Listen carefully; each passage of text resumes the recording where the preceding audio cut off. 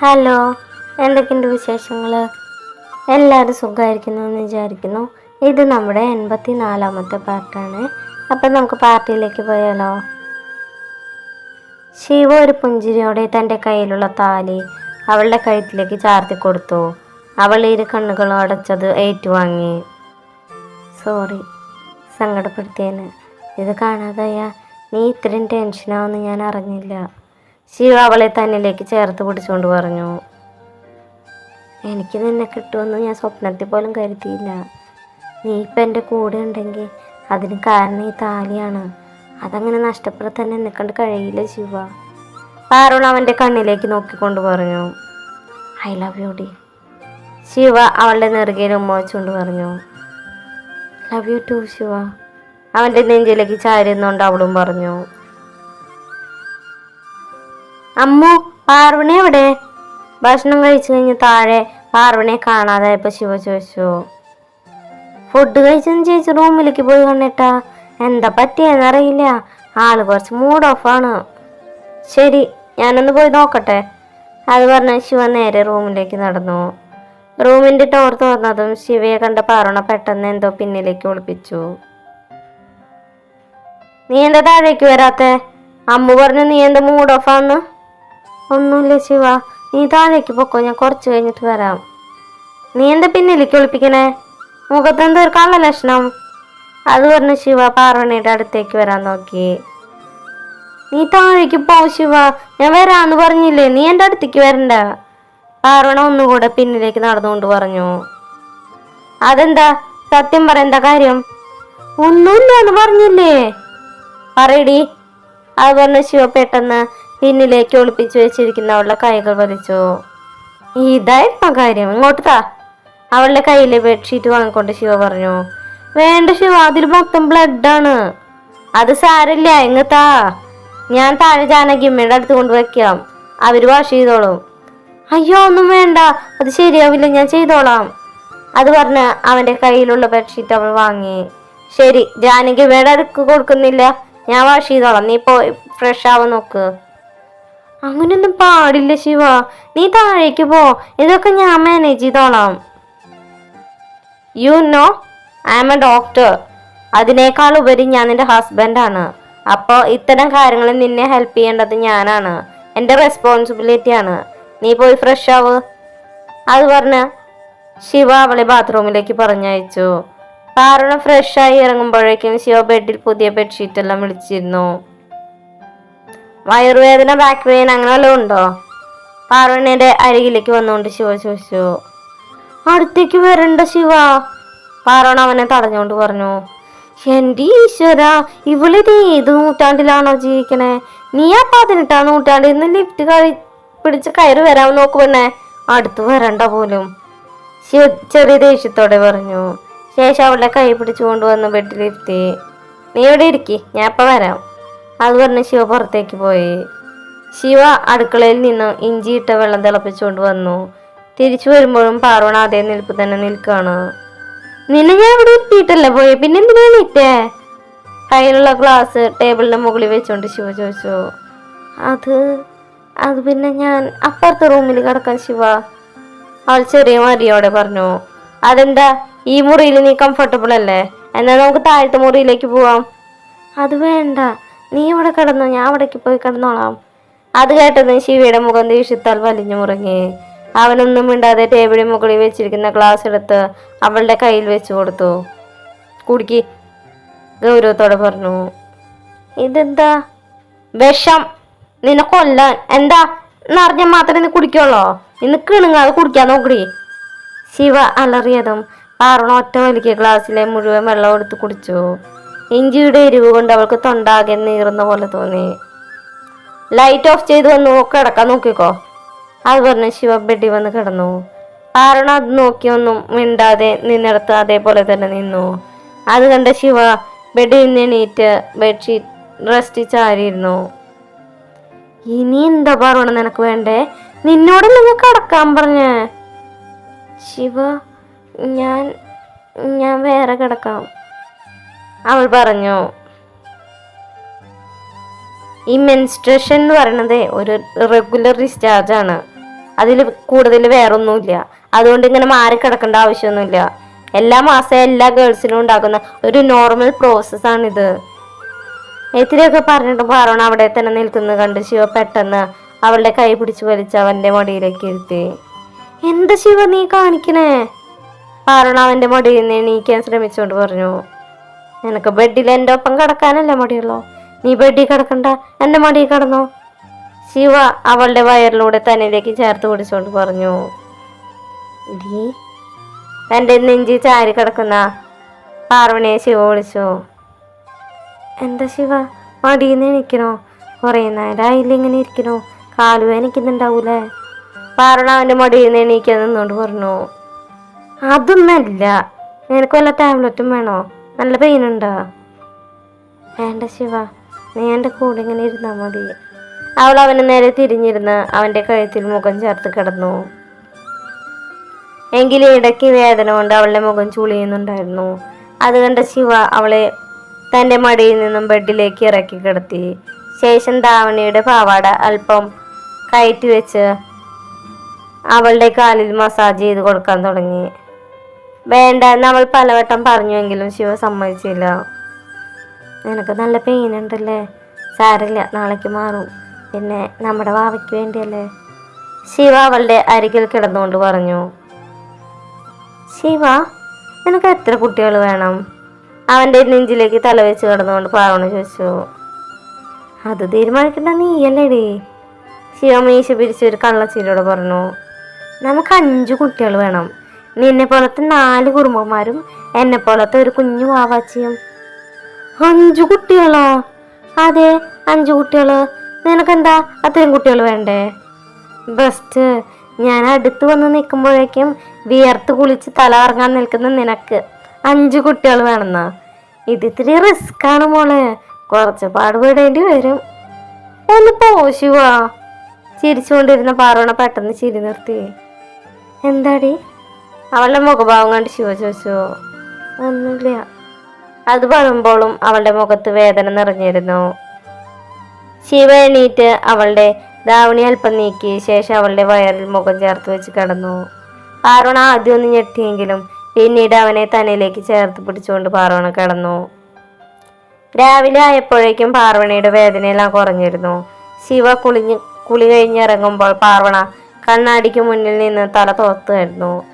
ശിവ ഒരു കള്ളച്ചിരിയോടെ വന്ന് അവൾക്ക് മുന്നിലുള്ള ചെയർ വലിച്ചിട്ടിരുന്നു. അതിൻ്റെ അർത്ഥം മനസ്സിലായ പാർവണ അവൻ്റെ കയ്യിലുള്ള ടവലെടുത്ത് തല തോർത്തി കൊടുക്കാൻ തുടങ്ങി. ശിവ അവളുടെ ഇടുപ്പിലൂടെ കൈയിട്ട് വയറിലേക്ക് മുഖം ചേർത്തിരുന്നു. നീ ഇത്രയും റൊമാൻറ്റിക്കാവുമെന്ന് ഞാൻ സ്വപ്നത്തിൽ പോലും കരുതിയിരുന്നില്ല. ഇതൊക്കെ എന്ത് റൊമാൻസ്? ഇനി നീ എന്തൊക്കെ കാണാൻ കിടക്കണോ? ശിവ ഒരു കള്ളച്ചിരിയോടെ പറഞ്ഞ് അവളെ തൻ്റെ മടിയിലേക്ക് ഇരുത്തി. വെള്ളത്തുള്ളികൾ ഇറ്റിറ്റ് വീഴുന്ന അവളുടെ മുടി അവൻ പിന്നിലേക്ക് ഇട്ടു. എന്താ ശിവ? അവൾ വിറയലോടെ ചോദിച്ചു. അവനൊന്നും മിണ്ടാതെ അവളുടെ കഴുത്തിലേക്ക് മുഖം ചേർത്തു. പാറയുടെ പിന്നിലേക്ക് കുതറി മാറാൻ ശ്രമിച്ചെങ്കിലും അവൻ വലതു കൈ കൊണ്ട് അവളെ ഇറുക്കെ പിടിച്ചിരുന്നു. അവൻ അവളുടെ കഴുത്തിലാക്കി ചുംബിച്ചു. പതിയെ അവൻ്റെ കൈ അവളുടെ ധാവണിയുടെ തലപ്പിൽ പിടുത്തമിട്ടു. ശിവ വേണ്ടാട്ടോ. അവൾ അവനെ തടഞ്ഞുവെങ്കിലും ശിവ ആ എതിർപ്പ് കാര്യമാക്കാതെ അവളുടെ മാറിടത്തിൽ നിന്ന് ധാവണി തലപ്പ് അടർത്തി മാറ്റി. അവൻ അവളുടെ മാറിലേക്ക് മുഖം ചേർക്കാൻ നിന്നതും ഫോൺ റിങ് ചെയ്തതും ഒരുമിച്ചാണ്. പാർവണ വേഗം അവൻ്റെ മടിയിൽ നിന്ന് എണീറ്റ് ധാവണി ശരിയാക്കി. ആ ഫോണും എടുത്തേ, ശിവ നെറ്റി ഒഴിഞ്ഞുകൊണ്ട് പറഞ്ഞു. അത് കേട്ട പാർവണ ടേബിളിന് മുകളിലിരിക്കുന്ന ഫോൺ എടുത്തു കൊടുത്തു. ആർദ്രവ് അവൾ ഡിസ്പ്ലേയിൽ നോക്കി പറഞ്ഞു. ശിവ ഫോൺ വാങ്ങി അറ്റൻഡ് ചെയ്തു. അവിടെ എത്തിയോ? ഇനി സ്ട്രെയിറ്റ് വന്ന് ലെഫ്റ്റിലേക്ക് ഇറങ്ങിയാൽ മതി. അവിടെ നിന്ന് 4ാമത്തെ വീട്, ഓക്കെ? അത് പറഞ്ഞ് ശിവ കോൾ കട്ട് ചെയ്തു. ആരാ ശിവ അത്? എൻ്റെ ഫ്രണ്ടാണ്. എന്നെ കാണാൻ ഇവിടേക്ക് വരുന്നുണ്ട്. നമുക്ക് താഴേക്ക് പോവാം. എൻ്റെ ഏത് ഫ്രണ്ടാ? അവൾ വീണ്ടും ചോദിച്ചു. എൻ്റെ എല്ലാ ഫ്രണ്ട്സിനെയും നിനക്കറിയോ? ഇല്ലല്ലോ, പിന്നെന്താ പറഞ്ഞിട്ട് കാര്യം? സംസാരിച്ച സമയം കളയാതെ താഴേക്ക് പാടി. ധാവണി ശരിയായി കൊടുത്തിട്ട് താഴേക്ക് വന്നാൽ മതിട്ടാ. അത് പറഞ്ഞ് ശിവ താഴേക്ക് പോയി. പാറോണ വേഗം ഡ്രസ്സെല്ലാം ശരിയാക്കി ശിവയ്ക്ക് പിന്നാലെ താഴേക്ക് നടന്നു. ആർദ്ര എന്ന് പേരുള്ള ഫ്രണ്ട് ശിവയ്ക്കുണ്ടോ? ഞാനിതുവരെ അറിഞ്ഞില്ലല്ലോ. എന്തെങ്കിലും ആവട്ടെ, കാണുമ്പോൾ അറിയാലോ. അത് പറഞ്ഞ് അവൾ വേഗം താഴേക്ക് നടന്നു. മുറ്റത്തായി ശിവയും മുത്തശ്ശിയും അമ്മുവും ശിവാനിയും നിൽക്കുന്നുണ്ടായിരുന്നു. ആരാ ശിവ വരുന്നേ? അവരെ കാണാനില്ലല്ലോ. കുറച്ചു നേരം വെയിറ്റ് ചെയ്തിട്ട് ആരെയും കാണാതായപ്പോ പാർവണ ചോദിച്ചു. ഇപ്പൊ വരും. ശിവ അത് പറഞ്ഞതും ഗേറ്റ് കടന്ന ഒരു ബൈക്ക് വീടിനകത്തേക്ക് വന്ന് ഒരുമിച്ചായിരുന്നു. അകത്തേക്ക് വരുന്നവരെ കണ്ട് പാർവണ ഒരു നിമിഷം പകച്ചു നിന്നുപോയി. അമ്മ. ഒരു നിമിഷം അവൾ അങ്ങനെ തന്നെ നിന്നു. ശേഷം ഒരു കരച്ചിലോടെ അവൾ ഓടിച്ചെന്ന് അമ്മയെ കെട്ടിപ്പിടിച്ചു. അമ്മ, അവൾ കരഞ്ഞുകൊണ്ട് വിളിച്ചു. എന്താണ് പറ്റിയത് നിനക്ക്? വയ്യാന്നൊക്കെ പറഞ്ഞു. അത് പറയുമ്പോൾ അമ്മയും കരയുന്നുണ്ടായിരുന്നു. എനിക്കൊന്നുമില്ല അമ്മ. ഞാൻ പറഞ്ഞില്ലേ അമ്മ, തുമ്പിക്ക് ഒന്നുമില്ല എന്ന്. ഇപ്പൊ വിശ്വാസായില്ലേ? ഇവളെ കണ്ടിട്ട് എന്തെങ്കിലും അസുഖമുള്ള പോലെ തോന്നുന്നുണ്ടാ? കണ്ണൻ അമ്മയോട് പറഞ്ഞു. അപ്പോഴാണ് പാർവണ കണ്ണനെയും ശ്രദ്ധിച്ചത്. നിങ്ങൾ മുറ്റത്ത് നിന്ന് സംസാരിക്കാതെ അകത്തേക്ക് വാ. മുത്തശ്ശി അവരെ അകത്തേക്ക് വിളിച്ചു. അമ്മ, അകത്തേക്ക് വാ. കണ്ണ വാ. അത് പറഞ്ഞ അമ്മയുടെ കൈയും പിടിച്ച് അവൾ അകത്തേക്ക് നടന്നു. പിന്നീട് മുത്തശ്ശി അമ്മയും കണ്ണനെയും സൽക്കരിക്കുന്ന തിരക്കിലായിരുന്നു. നിമിഷ നേരം കൊണ്ട് തന്നെ പലതരത്തിലുള്ള വിഭവങ്ങൾ മേശപ്പുറത്ത് നിറഞ്ഞിരുന്നു. പാർവണിക്ക് ഒരുപാട് സന്തോഷമായിരുന്നു. അവളുടെ മുഖത്തെ ഭാവങ്ങൾ കുറച്ചപ്പുറത്ത് നിന്ന് ശിവയെ നോക്കിക്കാണുമായിരുന്നു. ആരും അച്ഛൻ എവിടെയമ്മ? ആരും ഇന്നലെ എവിടേക്കോ പോയതാ. ഇതുവരെ വീട്ടിലേക്ക് തിരിച്ചെത്തിയിട്ടില്ല. രാവിലെ വിളിച്ചു നോക്കിയപ്പോ എന്തോ കൂട്ടുകാരന്റെ വീട്ടിലാന്ന് പറഞ്ഞു. ഞാൻ എവിടേക്ക് വന്നാ അവർക്ക് അറിയില്ല. ശിവമ്മ വിളിച്ചു. നിനക്ക് വയ്യാത്ത കാര്യം പറഞ്ഞപ്പോ മുതൽ മനസ്സിലൊരു ഭാരമായിരുന്നു. നിന്നെ കാണാൻ ഞാൻ വരാനിരുന്നതാ. അപ്പൊ ശിവയാണ് പറഞ്ഞത് നിങ്ങൾ തറവാട്ടിലാണെന്ന്. ആരുവിനോട് എന്റെ കൂടെ ഒന്ന് വരാൻ പറഞ്ഞപ്പോ അവൻ അതിന് കൂട്ടാക്കിയില്ല. അവനിപ്പോഴും നിന്നോട് ചെറിയൊരു ദേഷ്യമുണ്ട്. അപ്പൊ കണ്ണനാ പറഞ്ഞ അവൻ കൂടെ വരാന്ന്. കണ്ണനിപ്പ എങ്ങനെയുണ്ട്? അവന് കുഴപ്പമൊന്നുമില്ല.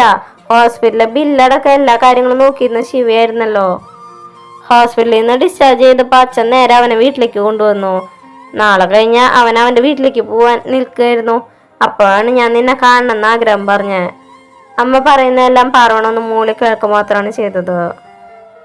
എന്താ അതിരാ അവിടെ ഒറ്റയ്ക്ക് ഇരിക്കണേ? ഉമ്മറത്തെ വരാന്തയിലിരിക്കുന്ന കണ്ണന്റെ അരികിൽ വന്നുകൊണ്ട് ശിവ ചോദിച്ചു. ഒന്നുമില്ല, ഞാൻ വെറുതെ വീടും ചുറ്റുപാടൊക്കെ നോക്കിയതാ.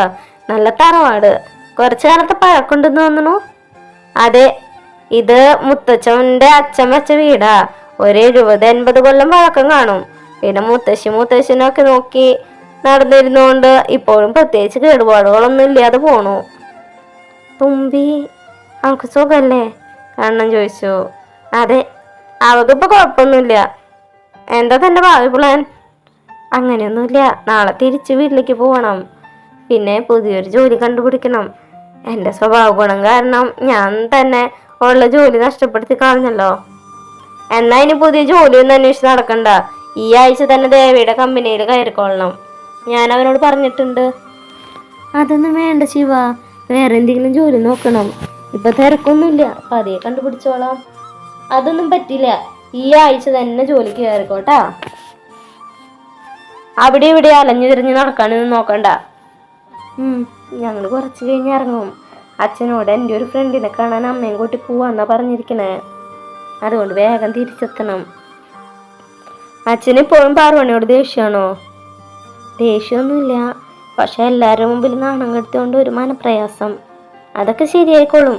എന്തൊക്കെ പറഞ്ഞാലും സ്വന്തം മകളല്ലേ, അങ്ങനെ തള്ളിക്കളയാൻ പറ്റില്ലല്ലോ. തനിക്ക് എന്നോട് ദേഷ്യമുണ്ടോടോ? കുറച്ചു നേരത്തെ മൗനത്തിന് ശേഷം ശിവ ചോദിച്ചു. ഉണ്ടായിരുന്നു, പക്ഷെ ഇപ്പം ഇല്ല. പാർവണിയോടുള്ള ഇഷ്ടം കൊണ്ടല്ലേ താൻ അവളെ കല്യാണം കഴിച്ചിരുന്നെന്ന് അറിഞ്ഞപ്പോൾ ദേഷ്യമായിരുന്നു. എന്നാൽ താനിപ്പോൾ അവളെ സ്നേഹിക്കുന്നുണ്ടെന്ന് തോന്നി. അതുകൊണ്ട് കുഴപ്പമില്ല. എവിടെയായാലും സന്തോഷത്തോടെ ജീവിച്ചാൽ മതി അവള്. ഞാൻ പാർവണി എന്നോടുള്ള വാശിയുടെ പുറത്താണ് കല്യാണം കഴിച്ചത്. പക്ഷേ ഇപ്പം അവളെ ഞാൻ ആത്മാർത്ഥമായിട്ടാണ് സ്നേഹിക്കണേ. കണ്ണ, എന്നാ നമുക്ക് ഇറങ്ങിയാലോ? സമയം കുറേയായി. പുറത്തു വന്ന അമ്മ ചോദിച്ചു. ഇറങ്ങാമ്മേ. ശിവ, അവളൊരു പാവാണ്, അവളെ സങ്കടപ്പെടുത്തല്ലേ. അവൻ്റെ കൈ പിടിച്ചുകൊണ്ട് കണ്ണൻ പറഞ്ഞു. ഇല്ല, അവളുടെ കണ്ണൊന്നും നിറയാൻ പോലും ഞാൻ സമ്മതിക്കില്ല. ഇതെൻ്റെ വാക്കാണ്. അവൻ്റെ കൈക്ക് മേൽ കൈ വെച്ചുകൊണ്ട് ശിവ പറഞ്ഞു. എല്ലാവരോടും യാത്ര പറഞ്ഞ് അമ്മയും കണ്ണനും വീട്ടിൽ നിന്നിറങ്ങി. താങ്ക്സ്, ശിവയുടെ അരികിൽ വന്നു നിന്നുകൊണ്ട് പാർവണ പറഞ്ഞു. താങ്ക്സ് ഒന്നും വേണ്ട, ഇതിനുള്ള പ്രത്യുപകാരം ഞാൻ പിന്നീട് എടുത്തോളാം. ശിവ കണ്ണിറക്കിക്കൊണ്ട് പറഞ്ഞതും പാർവണ അവനെ തർപ്പിച്ചു നോക്കിക്കൊണ്ട് അകത്തേക്ക് കയറിപ്പോയി. അമ്മയെ വീട്ടിലാക്കിയ ശേഷം കണ്ണൻ പോയത് രശ്മിയെ കാണാനായിരുന്നു. ടൗണിലെ ഒരു കോഫി ഷോപ്പിലായിരുന്നു അവർ വന്നത്. കുറച്ചു നേരം അവർ രണ്ടുപേരും പരസ്പരം ഒന്നും മിണ്ടാതെയിരുന്നു. എന്തിനായിരുന്നു ഇങ്ങനെയൊരു ഡ്രാമ? കുറച്ചു നേരത്തെ മൗനത്തിന് ശേഷം കണ്ണൻ ചോദിച്ചു. എന്ത് ഡ്രാമ? എനിക്കറിയാം, എനിക്ക് മെസ്സേജ് അയച്ചുകൊണ്ടിരുന്നു നീയാന്ന്. അത് ഞാൻ മനസ്സിലാക്കാൻ വേണ്ടിയാണ് നീ ഹോസ്പിറ്റലിൽ എന്നെ കാണാൻ വന്നതെന്ന് എനിക്കറിയാം. എന്താ രശ്മി ഇതിൻ്റെയൊക്കെ അർത്ഥം? ഇതിൻ്റെ അർത്ഥം നിനക്കറിയാലോ, പിന്നെ എന്തിനാ ചോദിക്കാൻ നിൽക്കണേ? ഇനി അതെൻ്റെ നാവിൽ നിന്ന് തന്നെ കേൾക്കണമെന്നാണോ? ഒരാളെ ആത്മാർത്ഥമായി സ്നേഹിച്ചതിൻ്റെ വേദന ഇപ്പോഴും എൻ്റെ മനസ്സിൽ നിന്ന് മറന്നിട്ടില്ല രശ്മി. അതുകൊണ്ട് എനിക്കിനി വേറൊരു റിലേഷൻഷിപ്പിനും താല്പര്യമില്ല. ഒരാളങ്ങനെ ചെയ്തു എന്ന് വെച്ച് എല്ലാവരും അങ്ങനെ ആവണമെന്നുണ്ടോ? അതൊന്നും എനിക്കറിയില്ല. എനിക്കിനി ഈ ജീവിതത്തിൽ ഒരു പെണ്ണില്ല, അത്ര തന്നെ. അതിനർത്ഥം തുമ്പി ചേച്ചിയെ ഇയാൾക്ക് ഒരിക്കലും മറക്കാൻ പറ്റില്ല, ഇപ്പോഴും സ്നേഹിക്കുന്നുണ്ടെന്നാണോ? അങ്ങനെയല്ല, മറക്കാൻ പറ്റില്ല എന്നത് ശരിയാണ്. പക്ഷെ ഇപ്പോൾ അവൾ എൻ്റെ മനസ്സിൽ ഒരു ഫ്രണ്ടിൻ്റെ സ്ഥാനത്ത് മാത്രമാണ്, അതിൽ കൂടുതലായിട്ട് ഒന്നുമില്ല. പിന്നെ എന്തുകൊണ്ട് എന്നെ ഇഷ്ടപ്പെട്ടുകൂടാ? രശ്മി സംശയത്തോടെ ചോദിച്ചു. താനിപ്പോൾ ഒരു സ്റ്റുഡൻ്റാണ്, അപ്പോൾ പഠിക്കുന്ന കാര്യത്തിൽ മാത്രം കോൺസെൻട്രേറ്റ് ചെയ്യേ. അത് ഈ പ്രായത്തിൽ തോന്നുന്നത് വെറും ഇൻഫാക്ച്വേഷനാണ്. കുറച്ച് കഴിഞ്ഞ് ഇതെല്ലാം താൻ മറക്കും, ആ കൂട്ടത്തിൽ എന്നെയും. അങ്ങനെ ഒരു ദിവസം പെട്ടെന്ന് തോന്നിയ ഇഷ്ടമല്ല എനിക്ക് ഇയാളോട് തോന്നിയ പ്രണയം. അതിന് കുറച്ച് കാലത്തെ പഴക്കം തന്നെയുണ്ട്. രശ്മി പറയുന്നത് കേട്ട് ഒന്നും മനസ്സിലാവാതെ ഇരിക്കുന്ന കണ്ണൻ. ഇയാൾക്ക് എന്നോട് വെറും 2 മാസത്തെ പരിചയം മാത്രമായിരിക്കും. പക്ഷെ എനിക്ക് അങ്ങനെയല്ല, 3 വർഷത്തെ പരിചയമാണുള്ളത്. 3 വർഷമായി ഈ സഖാവിനോടുള്ള പ്രണയം മനസ്സിലിട്ട് നടക്കാൻ തുടങ്ങിയിട്ട്. ഇയാളെ ഞാൻ ആദ്യമായിട്ട് കാണുന്നത് SFIയുടെ ഒരു പാർട്ടി സമ്മേളനത്തിൽ വെച്ചാണ്. ആദ്യം കണ്ടപ്പോൾ തന്നെ ആൾക്കൂട്ടത്തിൽ നിന്ന് പ്രസംഗിക്കുന്ന ഈ സഖാവിനോട് ഒരു ഇഷ്ടം തോന്നിയിരുന്നു. പിന്നീട് ഇയാളെ കാണാൻ വേണ്ടി മാത്രമായി ഞാൻ സമ്മേളനങ്ങളിൽ പങ്കെടുക്കാൻ തുടങ്ങി. അങ്ങനെ 2 വർഷം കഴിഞ്ഞപ്പോൾ ഞങ്ങളെക്കുറിച്ച് ഒരു വിവരമില്ലാതെയായി. പിന്നീട് അന്വേഷിച്ചപ്പോഴാണ് മനസ്സിലായത് ജോലി കിട്ടി, പാർട്ടി പ്രവർത്തനങ്ങളൊക്കെ ഉപേക്ഷിച്ചു എന്ന്. എങ്കിലും പ്രതീക്ഷയായിരുന്നു എന്തെങ്കിലും നേരിട്ട് കാണാൻ കഴിയുന്നു. അങ്ങനെ ഇരിക്കുമ്പോഴാണ് കാത്തിരുന്നവൻ എൻ്റെ വീട്ടിൽ വന്നത്. ആദ്യം സത്യമാണെന്ന് എനിക്ക് തന്നെ മനസ്സിലാക്കാൻ കഴിഞ്ഞില്ല. ഒരു വട്ടം നഷ്ടപ്പെട്ടത് കൊണ്ടാവാം പിന്നീട് നഷ്ടപ്പെടുത്തി കളയാൻ തോന്നിയില്ല. അതാ ഞാൻ മെസ്സേജ് അയച്ചത്. ചേച്ചിയുടെ ഫോണിൽ നിന്ന് ഞാൻ ചേച്ചി അറിയാതെ നമ്പർ എടുത്തതാ. ആദ്യമൊക്കെ ഒരു സന്തോഷമായിരുന്നു, ദൈവമായിട്ട് എൻ്റെ കൈ കൊണ്ടുവന്ന് തന്ന പോലെ. പക്ഷേ ഇയാൾക്ക് ഇഷ്ടം തുമ്പി ചേച്ചിയോടാന്നറിഞ്ഞപ്പോൾ എല്ലാം മറക്കാൻ ശ്രമിച്ചതാ. പക്ഷെ കഴിഞ്ഞിരുന്നില്ല. പിന്നീട് വീണ്ടും വിധി മറ്റൊരു രൂപത്തിൽ ഇയാളെ എൻ്റെ അടുത്ത് കൊണ്ടുവന്ന് എത്തിച്ചിരിക്കുകയാണ്. ഇനി നഷ്ടപ്പെടുത്തി കളയാൻ എനിക്ക് വയ്യ. അതാ ഞാൻ നേരിട്ട് മുന്നിലേക്ക് വന്നത്. പറയുന്നതെല്ലാം കേട്ട് കണ്ണൻ അവളെ തന്നെ നോക്കിയിരിക്കുകയായിരുന്നു. ഇനിയെങ്കിലും പറ, എന്നെ സ്നേഹിക്കാൻ പറ്റുമോ? ഈ ജീവിതകാലം മുഴുവൻ വേണമെങ്കിലും ഞാൻ കാത്തിരിക്കാം. എന്നാൽ കണ്ണൻ ഒന്നും പറയാതെ കോഫിയുടെ ബില്ല് പേ ചെയ്ത് പുറത്തേക്ക് ഇറങ്ങിപ്പോയി. എനിക്കറിയാം സഖാവേ, നിനക്ക് അത്ര പെട്ടെന്നൊന്നും എന്നെ സ്നേഹിക്കാൻ കഴിയില്ല എന്ന്. പക്ഷേ ഒരു നാൾ നീ എന്നെ സ്നേഹിക്കും. നിന്റെ ഹൃദയത്തിൽ എനിക്കായി ഒരിടം നീ നൽകും. അതിനായുള്ള കാത്തിരിപ്പിലാണ് ഞാൻ. അവൻ പോകുന്നു രശ്മി മനസ്സിൽ പറഞ്ഞു. അപ്പോൾ ഇന്നത്തെ പാർട്ട് കഴിഞ്ഞു. നല്ലൊരു വീഡിയോ ആയിട്ട് നാളെ കാണാം. ഇന്നലെ ഭീഷണിപ്പെടുത്തിയപ്പോൾ എല്ലാവരും റിവ്യൂ ആൻഡ് റേറ്റിംഗ് എല്ലാം തന്നു. എത്ര കഷ്ടപ്പെട്ടിട്ട മക്കളെ ചേച്ചി ഈ തിരക്കിനിടയിലെല്ലാം സ്റ്റോറി പോസ്റ്റ് ചെയ്യണേ. അപ്പോൾ നിങ്ങൾക്ക് റേറ്റിംഗ് എങ്കിലും തന്നൂടെ? അപ്പോൾ തരുമെന്ന് വിചാരിക്കുന്നു. സിമി ചേച്ചി ഒരു സ്പെഷ്യൽ താങ്ക്സ് കേട്ടോ. എല്ലാ വീഡിയോയ്ക്കും കമൻ്റ് ഇടുന്നുണ്ട്. അപ്പോൾ താങ്ക് യു എല്ലാവർക്കും. Thank you. ബൈ.